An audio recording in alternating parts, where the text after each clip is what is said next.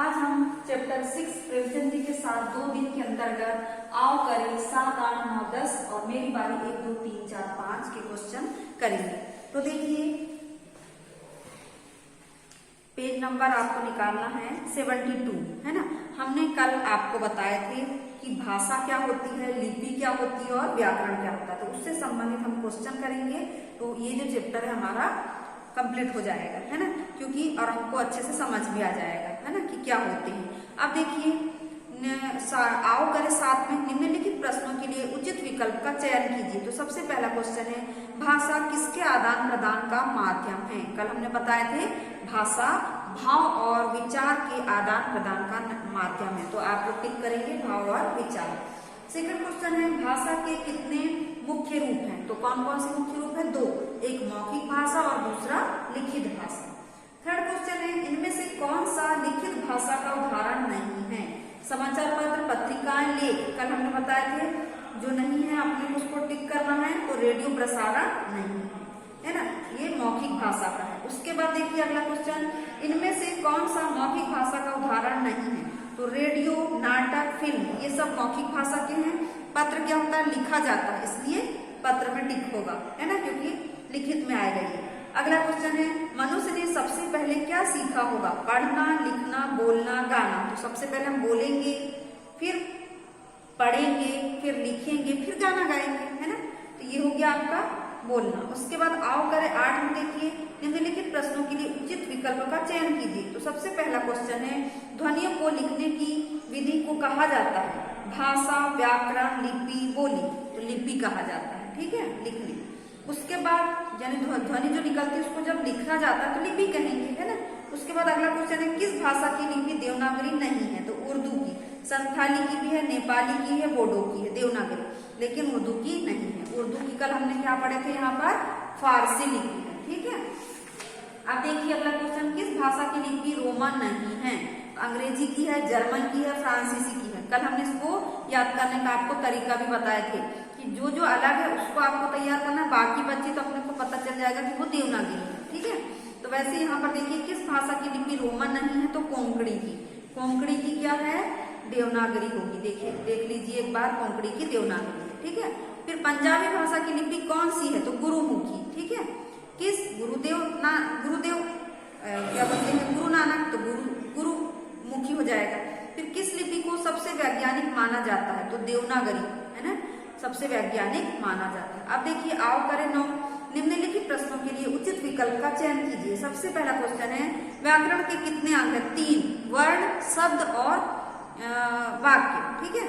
फिर व्याकरण हमें क्या नहीं सिखलाता? शुद्ध शुद्ध लिखना, शुद्ध शुद्ध पढ़ना, शुद्ध शुद्ध नाचना, शुद्ध शुद्ध बोलना। तो शुद्ध शुद्ध नाचना, है ना, पढ़ना लिखना बोलना सिखाता है, नाचना नहीं सिखाता। उसके बाद अगला क्वेश्चन है इनमें से कौन सा व्याकरण का अंग नहीं है? वर्ण विचार, शब्द विचार, वाक्य विचार, कथा विचार। तो कथा विचार नहीं है। अगला क्वेश्चन है व्याकरण किसका नियम बताता है? भाषा का, बोली का, लिपि का, भाषण का। व्याकरण भाषा का नियम बताता है।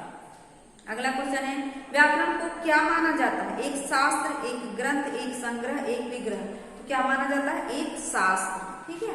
अब अगला क्वेश्चन देखिए आओ करें 10 निम्नलिखित भाषाओं और उनकी लिपियों का मिलान कीजिए। तो बोडो के साथ देवनागरी, बांग्ला के साथ बांग्ला, पंजाबी के साथ गुरुमुखी, उर्दू के साथ फारसी, अंग्रेजी के साथ रोमन, संस्कृत के साथ देवनागरी, फ्रांसीसी के साथ रोमन, मराठी के साथ देवनागरी। ये मिला दिए हमने।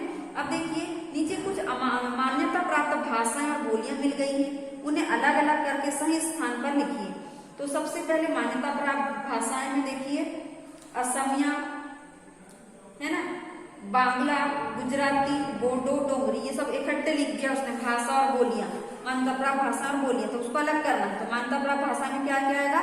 असमिया, बांग्ला, गुजराती, बोडो, डोगरी। और बोलियों में आएगा भोजपुरी, कन्नौजी, मगही, बुंदेली, बघेली। ये हो गया आपका आओ करें 11 तक, है ना, 7, 8, 9, 10, 11 ये हो गया कंप्लीट। अब आपको सेकंड वाली बुक निकालना है। उसमें देखिए मेरी बारी 1, 2, 3, 4, 5, है ना, यहाँ शुरू से, क्योंकि कल हमने इसका अलंकार छोड़ दिए थे तो आज हम इसको आपको बता देते हैं। तो सबसे पहले देखिए दी गई पंक्तियों को पढ़िए, पेज नंबर 16 निकालना, मतलब कि 16, और उनमें आए विभिन्न अलंकारों का वर्णन कीजिए। तो अलंकार में देखिए सबसे पहले जली जो प्रथम बार लौ दिए की, स्वर्ण सी जल रही और जलती रहेगी। कौन सा अलंकार है? तुलना की गई है यहाँ पर। तो तुलना जहाँ की जाती है कौन सा अलंकार होता है? उपमा अलंकार, है ना। उसके बाद यहाँ पर लिखेंगे आप उपमा अलंकार। सेकंड क्वेश्चन है, एक बाग है दुनिया जो ईश्वर माली है, एक फूल है हर इंसान हर मजहब डाली है। यहाँ पर फूल और ईश्वर की क्या, फूल को क्या बना दिया कि ईश्वर का रूप बना दिया गया है ना, इसलिए कौन सा अलंकार होगा? रूपक अलंकार, है ना। तो यहाँ पर आप लिख लेंगे रूपक अलंकार।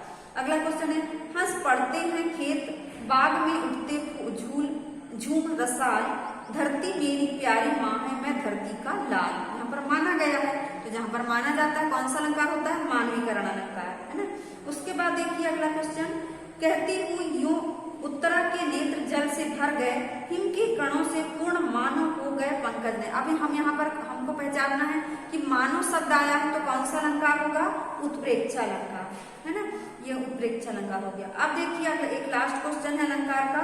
संध्या के समय सागर सागर किनारे घूम रहा था, सागर के आसपास की रेत हिम सी शीतल थी और साथ ही स्वर्ण धूप चमक रही थी, चारों ओर पक्षी कलरव की ध्वनि से ऐसे गूंज रही थी कि मानो संगीत बज रहा है। तो यहाँ पर अनुप्रास अलंकार भी है, यमक अलंकार भी है, उपमा अलंकार भी है, रूपक अलंकार भी है, उत्प्रेक्षा अलंकार भी है। ठीक है, बार बार वर्ण आया है अनुप्रास, फिर सागर सागर आया है तो यमक अलंकार, है ना। फिर सागर की रेत हिमसी तो ये उपमा अलंकार हो गया।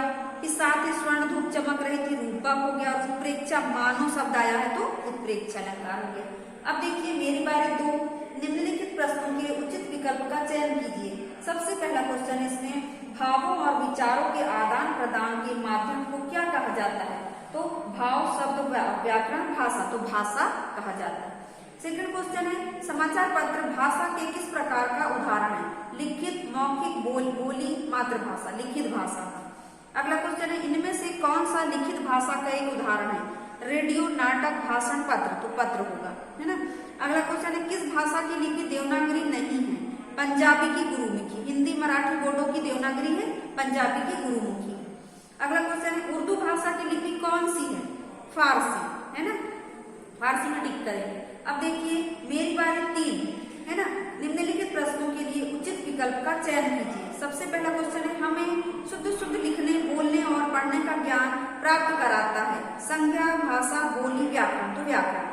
भाषा के अल्प विकसित रूप को क्या कहा जाता है? विकसित रूप को भाषा, लेकिन अल्प विकसित रूप बोली, है ना। उसके बाद अगला क्वेश्चन है, इनमें से कौन सा विचार व्याकरण से संबंधित नहीं है ना। तो वर्ण, शब्द, वाक्य ये व्याकरण से संबंधित है, बोली नहीं है ना।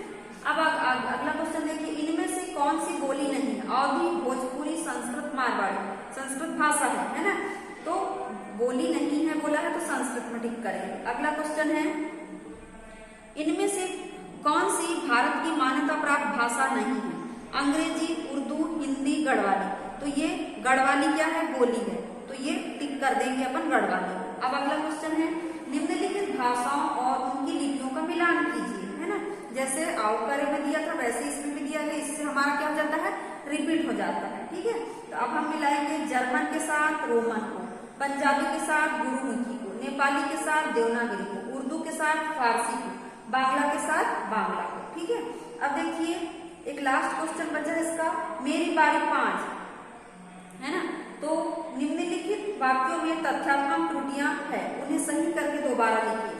तो सबसे पहला क्वेश्चन है, भाषा के 3 मुख्य रूप होते हैं, है ना। तो इसका सही आंसर क्या लिखेंगे? भाषा के 2 मुख्य रूप है, मौखिक भाषा, लिखित भाषा। ठीक है, फिर भाषा के 2 अंग होते हैं, तो भाषा के 2 अंग नहीं, भाषा के 2 रूप होते हैं, है ना। फिर थर्ड क्वेश्चन है, ध्वनियों का लिखने का ढंग भाषा है, तो हम लिखेंगे यहाँ पर सही करके, ध्वनियों का लिखने का ढंग लिपि है ना। उसके बाद रोमन सबसे वैज्ञानिक लिपि है, तो सही आंसर लिखेंगे देवनागरी सबसे वैज्ञानिक लिपि है। उसके बाद एक लास्ट क्वेश्चन है, बोली संविधान द्वारा मान्यता प्राप्त होती है, तो यहाँ पर हम आंसर लिखेंगे बोली संविधान द्वारा मान्यता प्राप्त नहीं होती, है ना। ये हो गया आपका मेरी बारी 5 तक। ठीक है, अब जो है अब आपके आगे ये प्रतिवेदन करके दिया है, एक प्रतिवेदन बच गया आपका, सोचो और बताओ। हमें ख्याल है ये 3 चीज जो है, और इसमें क्या है, मेरी बारी 7 है ना। तो ये हम आपको कल करवा देंगे, है ना। आज की क्लास हम यही समाप्त कर रहे हैं, है ना। आज की क्लास हम यही समाप्त करें, प्रतिवेदन वगैरह हम आपको कल बता देंगे। आज आपको इतना वर्क करना है और लेवल टेस्ट की तैयारी करना है। उसमें 3 चैप्टर हमने दे चुके थे, है ना। कौन कौन से, फर्स्ट सेकंड थर्ड, ये लेवल टेस्ट 3 में हो गया था। अब लेवल टेस्ट 4 होने वाला है 8 तारीख से, तो उसमें आपको उसके आगे के 4, 5, 6 3 लेसन तैयार करना है। तो ये जब चैप्टर कल खत्म हो जाएगा तो हम आपको रिवीजन भी करा देंगे, है ना। तो आज की क्लास हम यही समाप्त करूँ। धन्यवाद बच्चों।